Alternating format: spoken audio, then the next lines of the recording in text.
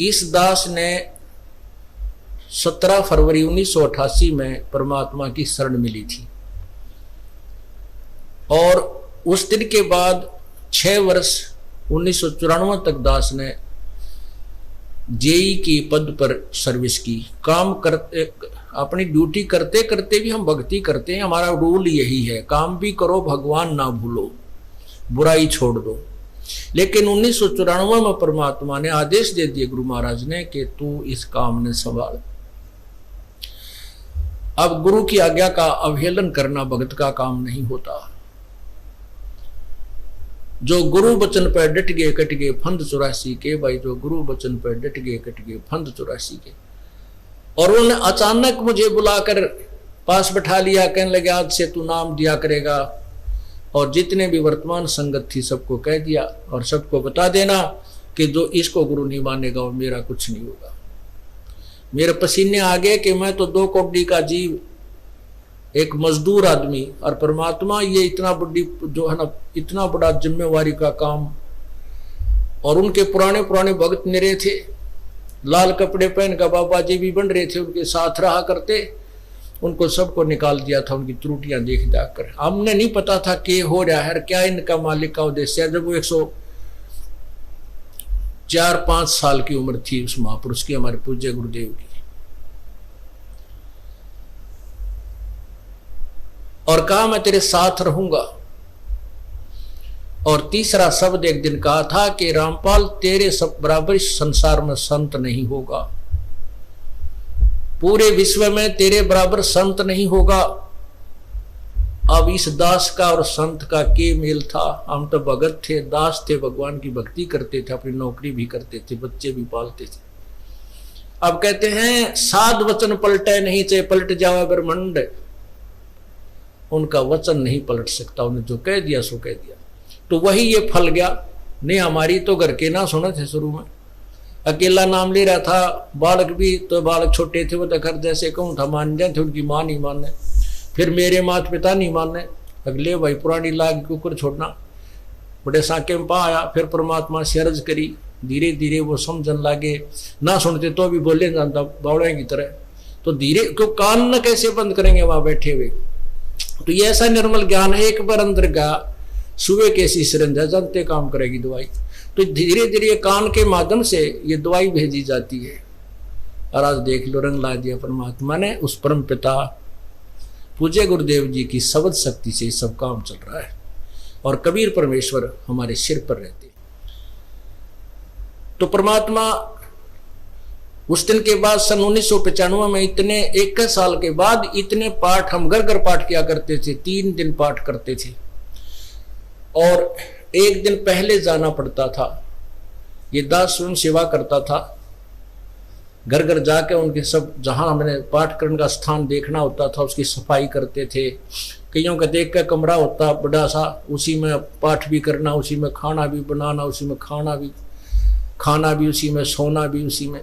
तो उस ढंग से अपनी सेटिंग कर लेते हम, इतनी जगह में पाठ कर लेंगे। तो मेरा जाना अति आवश्यक था उस समय, क्योंकि स्टार्ट था भक्ति का और स्टार्ट था इस 500 यज्ञ करने का। किसी को नहीं मालूम था, बच्चे थे सहयोग देने लगे। और धीरे धीरे फिर वो क्या हुआ कि इतने पाठ हो गए कि मुझे नौकरी, पहले तो क्या करता था, शुक्रवार को पाठ प्रारंभ किया। शुक्र ड्यूटी करके सामने चले जाते बृहस्पतिवार को, शुक्रवार को रात में तैयारी करते, शुक्रवार को शनिवार को अब पाठ प्रारंभ करके अपनी नौकरी पर चला जाता। फिर शाम ना आ लेता, शनिवार इतवार की छुट्टी हो जाती। काम चल रहा था वो हफ्ते में हुए, फिर होने लगे डेली। अब अफसर भी दुखी और मैं भी दुखी। तो फिर उस दिन रिजाइन कर दिया परमात्मा के नाम पर। 18 साल की नौकरी होगी थी मेरी। हालांकि कुछ और भी हमारे साथी कह रहे थे भाई अभी 2 साल और डट जाओ आपकी पेंशन बन जाएगी। वाह भैया पेंशन तो करा कितनी बार होगी। जो पेंशन ई बनेगी ना या कद्दे नहीं बनी थी, या असंख्य जन्मों की पेंशन बन जाएगी। तो वो तो इस बात को नहीं समझे थे, उन्हें तो मुझे मूर्ख ही समझा। और दास की सौभाग्य था कि मुझे नौकरी या मजदूरी मिल गई भगवान की। और उसकी पुण्यात्माओं को दलदल से निकालने की। कहते आत्म प्राण उद्धार ही ऐसा धर्म नहीं, और धर्म तो और भी है, दान करते हैं, भूखों को भोजन देते हैं, ऐसा है कि सहाय करते हैं, लेकिन जो आत्म प्राण उद्धारी ऐसा धर्म नहीं। और धर्म तो ये भी है जो गौशाला बना रखी है, धर्म वो भी है जो चिड़िया ऊपर चुग्गा डाल देते हो पशु पक्षियों को, वो भी विकलांगों के जो ऑपरेशन वगैरह कराए जा रहे हैं वो भी धर्म है, अनाथ आश्रम है वो भी धर्म है। लेकिन जो आज गौ है उनकी सेवा कर रहे हैं, अच्छी है, क्योंकि कोई भी प्राणी है, चाहे भैंस है, पशु है, कोई किसी प्रकार का, सबकी सेवा हमने इसी दृष्टिकोण से करनी चाहिए, क्योंकि सब में एक जैसा जीव, वो भी धर्म है। लेकिन अब तो वो आज वो गाय है, आज कोई भैंस है, और जन्म होने के बाद फिर वो सूअर की जोनी में जा सकती है, उस बीमारी तो कौन छुटाएगा उसको। तो ये ज्ञान, ये भक्ति, ये आत्मा इस जीव को उद्धार करेगी। वो फिर 84 लाख योनियों में नहीं जाएगा, या तो मनुष्य शरीर होगा, नहीं सतलोक चला जाएगा। तो कहते हैं आत्म प्राण उद्धारी ऐसा धर्म नहीं। और तो इस दास को ये आत्म प्राण यानी जीव आत्मा के उद्धार की मजदूरी मिल गई, और हरस शुक्र मनाता हूं प्रभु, आपने कैसे दया करी 2 कोटि के जीव पर, और ऐसे निर्मल भगवान की महिमा, ओए होए होए, जिसके नाम लेते हैं रूंग रूंग खड़े हो जाते हैं। उसके बाद परमात्मा की ऐसी महिमा हुई, अब मुझे इतनी खुशी होती है। कैसा निर्मल समाज तैयार हो रहा है, बीड़ी शराब मांस तंबाकू उसको देखकर भी राजी नहीं है। अब ये पुण्यात्मा दोनों हाथों दान करते, और हम पहले लूटन पर लगे रहा करते थे, पाप बढ़ाते थे, ये माया साथ नहीं जानी थी कि इतना नरक इकट्ठा कर रहे थे। और परमात्मा क्या कहते हैं, सतगुरु के सिजदा करूं कर्म छुटाए कोटि, और जो ऐसे सतगुरु की निंदा करे फिर जम तोड़ेंगे होठ। अब जो लोग बिना देखे सोचे समझे और भक्तों की संतों की बुराई करते हैं, अब क्या बताते हैं कि सतगुरु के सिजदा करो जिसने कर्म छुटाए कोट, करोड़ों पाप कर्मों से हटाकर और पुण्य कर्मों पर लगा दिया। कितने पाप कर्म बचा दिए हमारे।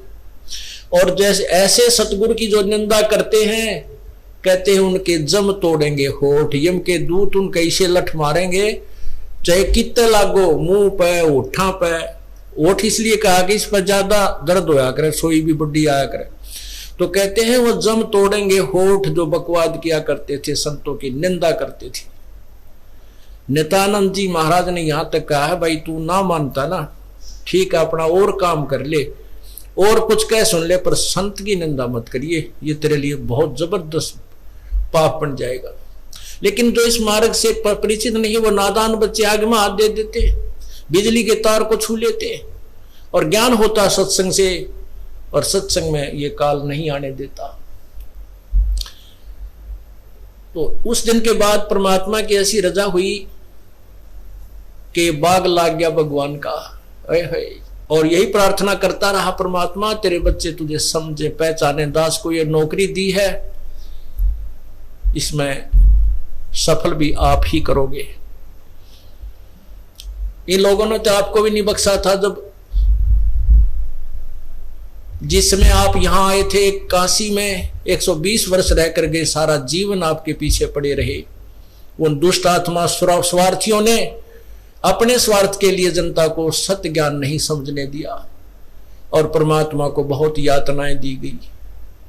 अब उनकी जो यातनाओं उनके साथ जो हुए संघर्ष को देखकर इस दास का दिल डटा हुआ है कि हमारे साथ तो अभी कुछ भी ना हुआ है। जो उस परमात्मा के साथ कितना तेल के कढ़ाई में डाल दिए, कितना काट काट के घेर दिए, कितना कुएं में डाल के ऊपर तो डले ठोक दिए, फिर भी डोके न पाए। वो तो समर्थ थे, और जनता कुछ नहीं बिगाड़ सकी और ना ही उनको समझ सकी। समझना चाहिए था, कुछ लोग समझे भी थे, लेकिन बाद में फिर वो ठीक ढंग से ना लगे तो भगवान ने उनको स्वयं ही रिजेक्ट कर दिया था। परमात्मा क्या बताया करते थे, कैसा ऑथेंटिक उदाहरण दिया करते थे। अपनात्माओं क्या बताते हैं, भाई सिर साटे की भक्ति है और कछु नहीं बात, सिर के साटे पाई यो अवगत अलख अनाथ। अब शीश कैसे देना है, शीश ये नहीं भाई काट के सिर चढ़ा दे भगवान के चरणों में, ऐसे नहीं। जैसे आपको परसों के सत्संग में सुना था कि गुरुदेव को समर्पण कर दिया जाए। समर्पण का अर्थ यह है कि जो आज्ञा दे वही की जाए, चाहे वो बुरा लग रहा है चाहे अच्छा लग रहा है, उसमें हमारा हित है, अति हित होता है। और संत क्या कहते हैं, भाई बीड़ी शराब मांस तम्बाकू ये मत पीना। संत कहते हैं चोरी जारी नहीं करना, डाके ना डालना, किसी की जेब ना काटना, ये महापाप है तेरे लिए। अपना करके खाना बेटा, भगवान भजना, इससे तेरा कल्याण होगा। और हम यही वचन नहीं मानेंगे तो फिर यहाँ स्कूल में आने की आवश्यकता क्या है, इस विद्यालय में सत्संग में आने की आवश्यकता क्या है। हम गलतियां भी गलती पे गलती करते रहे और फिर सत्संग में भी आ रहे हैं तो वो फेल हो जाएंगे विद्यार्थी, वो पास नहीं हो पाएंगे।